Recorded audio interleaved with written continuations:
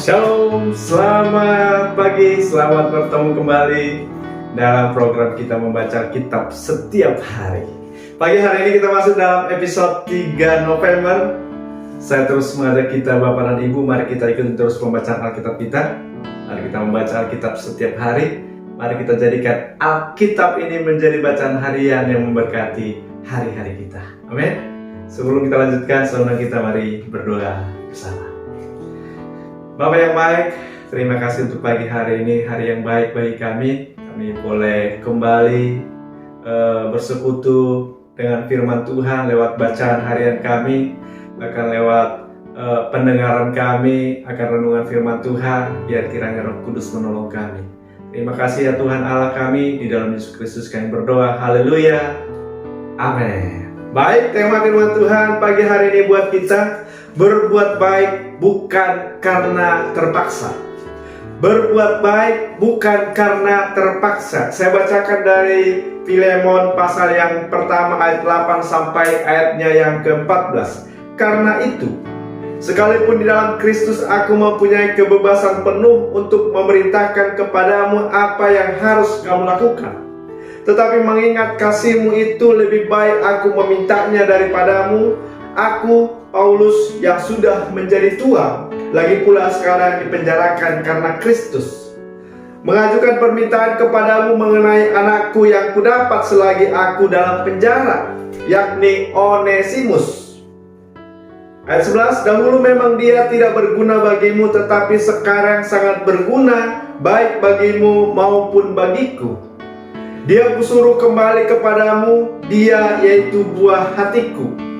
Sebenarnya aku mau menahan dia di sini sebagai gantimu untuk melayani aku selama aku dipenjarakan karena Injil. Ayat yang ke-14, tetapi tanpa persetujuanmu aku tidak mau berbuat sesuatu, supaya yang baik itu jangan engkau lakukan seolah-olah dengan paksa, melainkan dengan sukarela. Saya ulangi sekali lagi kalimat yang terakhir. Jangan engkau lakukan seolah-olah dengan paksa, melainkan dengan sukarela. Paulus dapat menggunakan otoritasnya sebagai rasul dan sebagai bapak rohani bagi Filemon. Apapun yang menjadi kehendak Paulus, bisa saja dia dengan otoritas itu bisa menyampaikan apa yang menjadi maksud dan tujuannya terhadap anak rohaninya ini, Filemon ini. Tetapi di ayat yang ke-8 ini Paulus mengatakan, karena itu, sekalipun di dalam Kristus aku mempunyai kebebasan penuh untuk memerintahkan kepadamu apa yang harus kamu lakukan. Ada seorang budak yang bernama Onesimus. Onesimus ini adalah nama laki-laki dalam bahasa Yunani, artinya berguna. Dia ini adalah seorang budak yang melarikan diri dari rumah tuannya, yaitu dari rumahnya Filemon. Ya, Onesimus kemudian tertangkap dan dipenjara. Kebetulan dia juga satu penjara dengan Paulus, sehingga Onesimus ini menjadi orang yang berguna bagi Paulus ketika di dalam penjara. Ya, banyak dia membantu Paulus. Di ayat yang ke-11 dikatakan, dahulu memang dia tidak berguna bagimu, tetapi sekarang sangat berguna baik bagimu maupun bagiku. Namun saudara, sekalipun Onesimus ini sangat berguna bagi Paulus di penjara, namun dia tahu bahwa Onesimus ini adalah budaknya Filemon. Paulus sangat mengerti tentang etika di dalam pelayanan. Ya, Paulus juga menghargai itu. Ayat yang ke-14 dikatakan, tetapi tanpa persetujuanmu. Tanpa persetujuanmu aku tidak mau berbuat sesuatu, supaya yang baik itu jangan engkau lakukan seolah-olah dengan paksa, melainkan dengan sukarela. Saudara yang dikasihi Tuhan, di dalam renungan kita pagi hari ini ada 3 poin yang saya bagikan. Yang pertama, di dalam melayani Tuhan, perbuatan baik yang kita lakukan tidak boleh dengan terpaksa, melainkan dengan sukarela. Amin. Ya, kita berbuat baik di dalam pelayanan, kita melayani Tuhan, kita melayani sesama kita. Tentunya saudara, bukan karena terpaksa, melainkan dengan sukarela. Yang kedua saudara, Paulus tidak bermaksud memerintah. Ya, karena itu Paulus mengajukan permintaan kepada anak buahnya. Ya, untuk menerima Onesimus kembali sebagai saudara kekasih. Ya, Onesimus ini telah bertobat.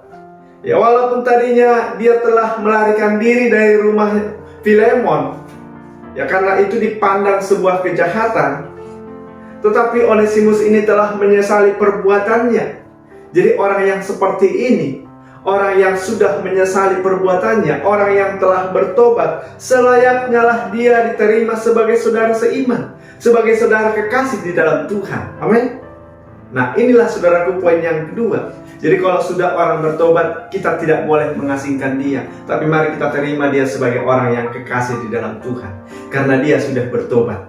Dia telah menyesali perbuatannya. Yang ketiga, saudara, sebagai pemimpin, kita diajarkan lewat renungan ini tidak boleh menjadi seorang pemimpin yang otoriter. Ya, seperti Paulus mengedepankan kerendahan hatinya. Inilah kiranya yang kita miliki sebagai anak-anak Tuhan. Sekalipun kita pemimpin, tapi biarlah kita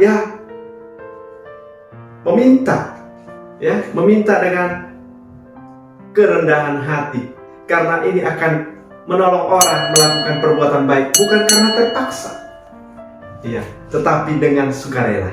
Ya, amin. Tetapi dengan sukarela. Jadi kalau kita memaksa misalnya jemaat, tolong lakukan ini, mungkin dia tidak bisa menolak karena kita perintahkan. Tetapi kalau kita berikan bisa kesempatan untuk berkata tidak, ketika dia bisa melakukan itu, maka dia akan melakukan dengan sukarela. Nah, inilah yang dilakukan oleh Paulus sebagai pemimpin rohani.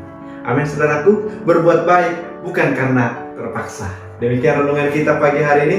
Kiranya memberkati kita berdoa. Terima kasih Tuhan untuk pagi hari ini, hari yang baik bagi kami. Terima kasih buat firman-Mu yang memberkati kami. Biarlah Roh Kudus menolong kami sehingga firman Tuhan menjadi rema di dalam hidup kami. Di dalam Yesus Kristus kami berdoa, haleluya. Amin. Selamat pagi, selamat beraktivitas. Tuhan Yesus memberkati kita. Shalom.